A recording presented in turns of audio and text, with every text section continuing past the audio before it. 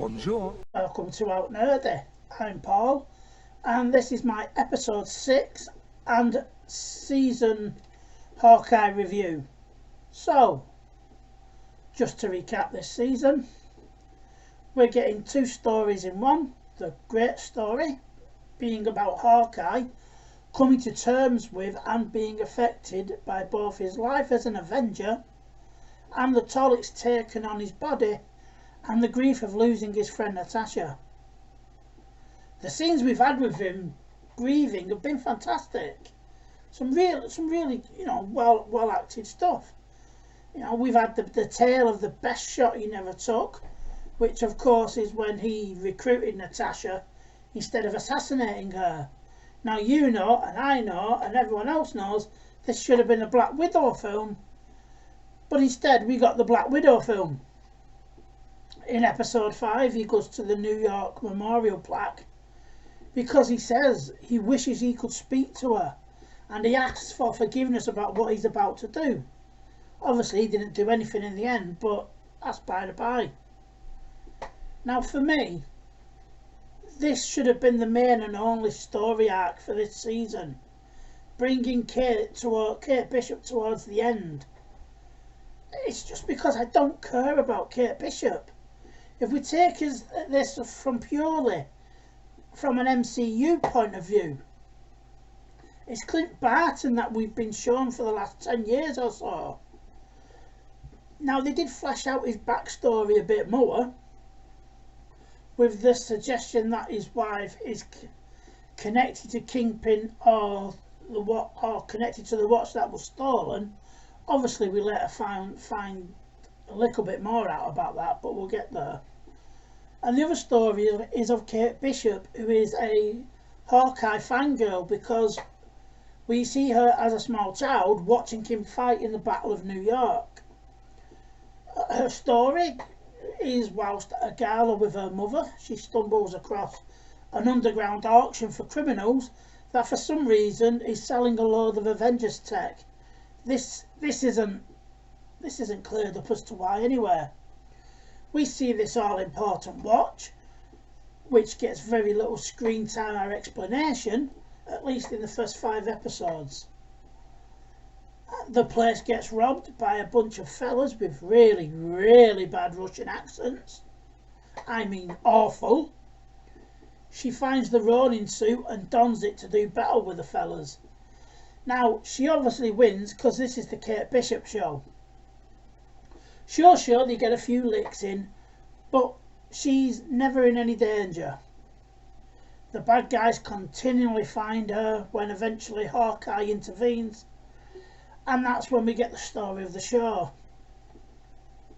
Now they work well together, they have some decent chemistry. Clint works well on putting down her silly boasts, and it has some quippy one-liners that we'd expect. But to me, and it's only my opinion there, it feels like a lot of it is to poke fun at him. I'm not going to say it's to propel Kate as much, because they do a very good job of making it about Hawkeye as well, where usually he'd be a guest star, and for a lot of it he possibly is. But when he does get, some really good scenes, they are really good. Like I said, it just for me it was there for him to put, like in the LARPing, and he has to put up with, that's like, no. But they did it. It's one of the reasons why the show probably hasn't gone down so well. Like I said, I don't care about Kate. I'm here for Clint. Anyway, let's get to episode 6. See if it stuck the landing and if it wrapped things up in a bow. So episode 6 starts off with Kingpin's meeting Kate's mum, and they discuss their business goings on.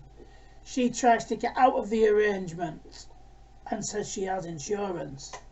It's a good scene. It's quite tense, and he's still quite menacing, despite it not being Netflix's Kingpin.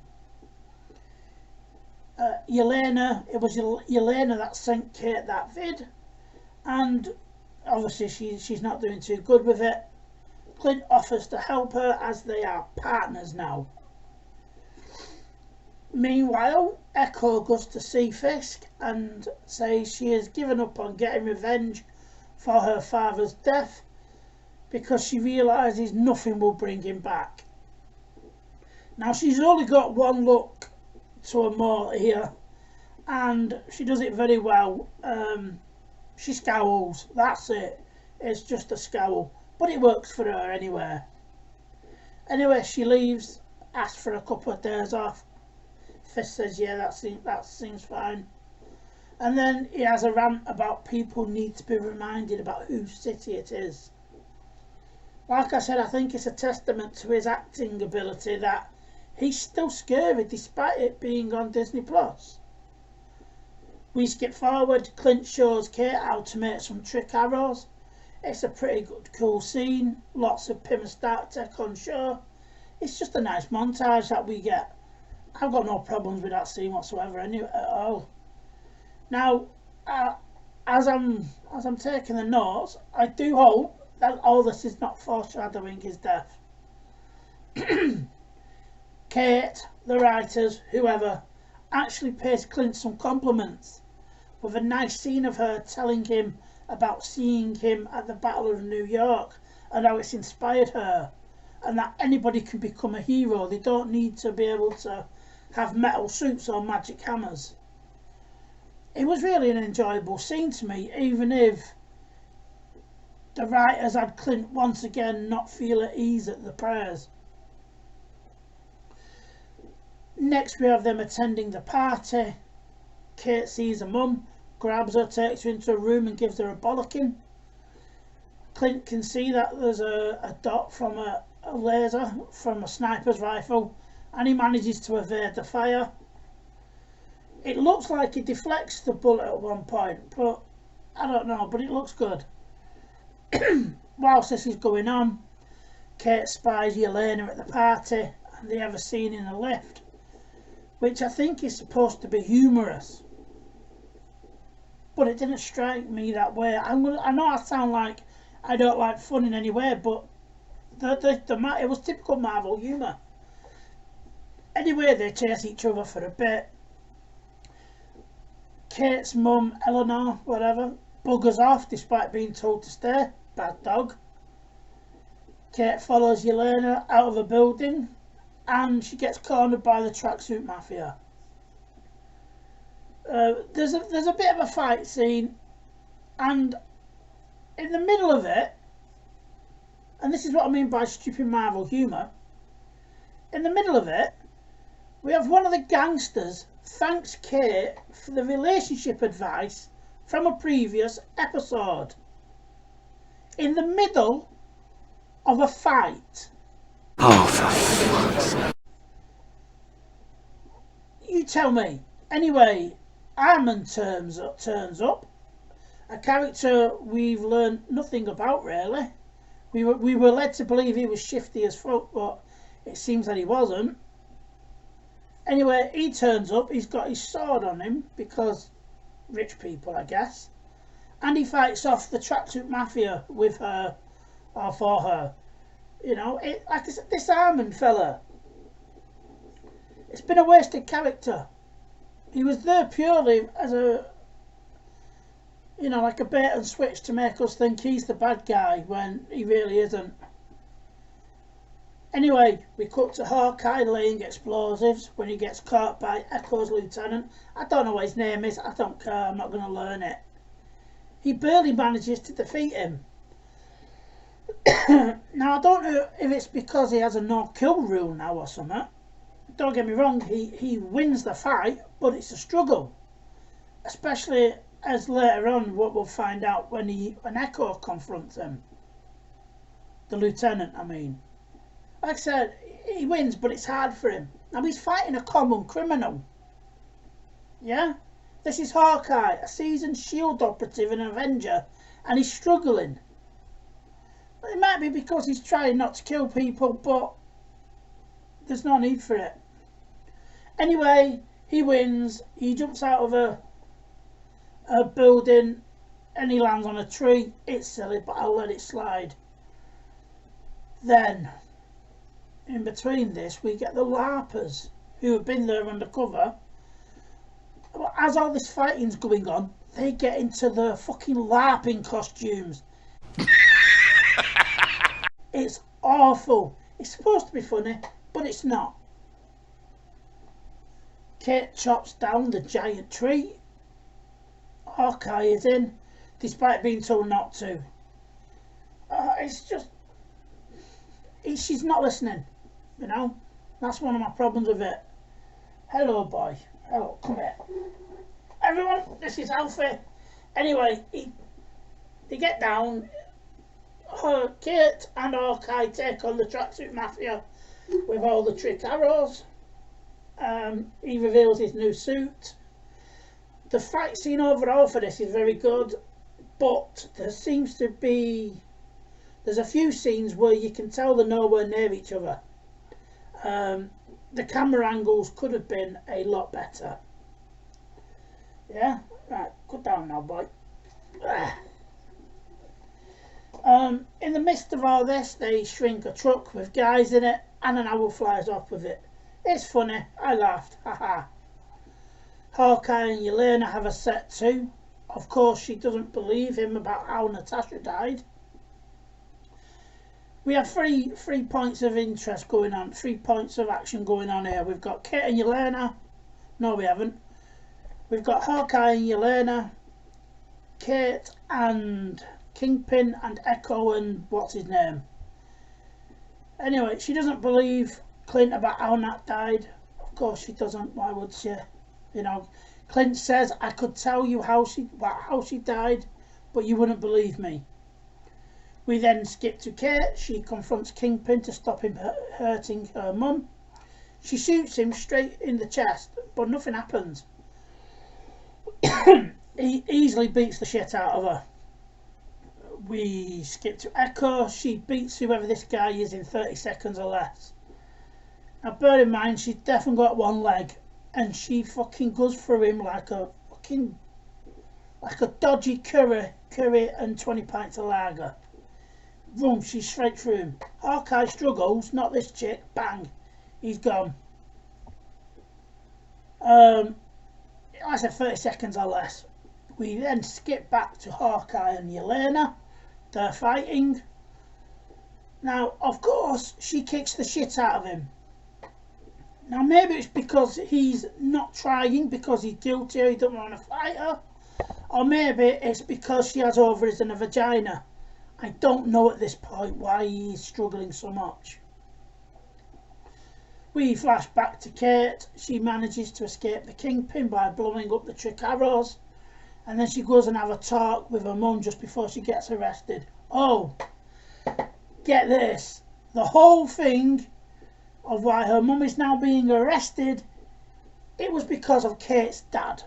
It was his fault because he got into debt with Fisk. So there we go. We had them. It's the man's fault. We had it. We got it. It's there. Anyway, Yelena is about to kill Hawkeye because he can't win against a girl. But he does see some kind of magic whistle and they have a talk about Natasha. And after all this, Yelena lets him go. They say they miss Nat together and that they both love her. We then skip the last final bit of the action. We get Echo seeing Kingpin and it's implied that she shoots him. We don't know because it cuts away and we just hear a shot. But I can't see them bringing him back for one episode. Not especially when you've had Matt Murdock in the Spider-Man film. Anyway, the whole action scene ends with Hawkeye and Kate having a heart-to-heart and he tells her he's proud of her. We skip to Christmas Day and Hawkeye is reunited with his family. Aww! And he brings along Kate and the dog. He gives the watch to his wife and it has a S.H.I.E.L.D. logo on the back and the number 19. So we're assuming she was once a S.H.I.E.L.D. agent, although it's not explained. He burns the Ronin suit and the picture ends, the TV show ends. I stuck around for the mid-credits thinking we were going to get something substantial. But we didn't. We got a song from the Rogers musical. Now, like I said, it's implied Fisk is dead. We didn't see it, but it's implied. So why won't you put something at the end of the mid-credits or the end credits to show it?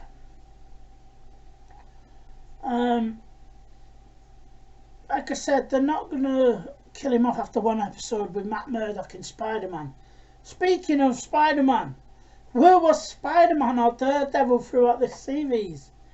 Now, I don't expect them to have popped up, but there was no mention of any events in the film.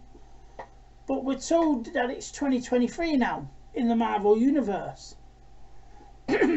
So, did the season stick the landing? Well, I was surprised he lived.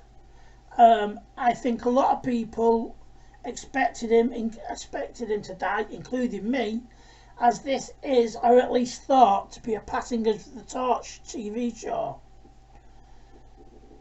It's not saying much, but it's the best Marvel show this year. It wasn't insufferable, just parts where the stupid humour was. The story was at its strongest when it was centred on Clint. There's no doubt about it, it just was, and you should have stuck with that for the most. Other than when Kate meets Hawkeye, I don't know what was going on.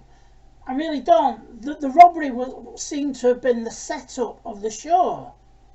But we aren't told why this watch was so specifically important. We aren't told why it was the robbers only were told to get that. And a lot of this season, like typical Marvel or typical TV and film for the SJW era, a lot of it tells us things, but it doesn't show us. Now, maybe it'll pay off in other shows or other seasons, but this felt like a big part of this story wasn't given to us. I would like to have known why this was important, you know. Anyway, overall, I've enjoyed the TV show. There have been some very, very bad bits. But that's just Marvel and its stupid, inappropriate humour, I think is a better way to say it. It's inappropriate. It's humorous out of context. So, I would like to see, I'd like to see a season 2, but I'd like to see it with actual answers this time, because we didn't get anything. Oh, I found this watch, dear. Oh, thank you. Alright, so what was the connection? Was she Mockingbird? Was she a super duper, you know, Agent Carter style fucking SHIELD operative? What was she? Give us the answers, because all they've done there is possibly left more questions. And whether that's answered in season 2, if we get one, I don't know. But it ended better than I thought it would, because like I said, I thought Clint was going to be killed off. So I'm glad he wasn't. Anyway, that's it for now. I hope you enjoyed the video. Please like, share and subscribe. You can find me on social media. And I will see you all again. Bye for now.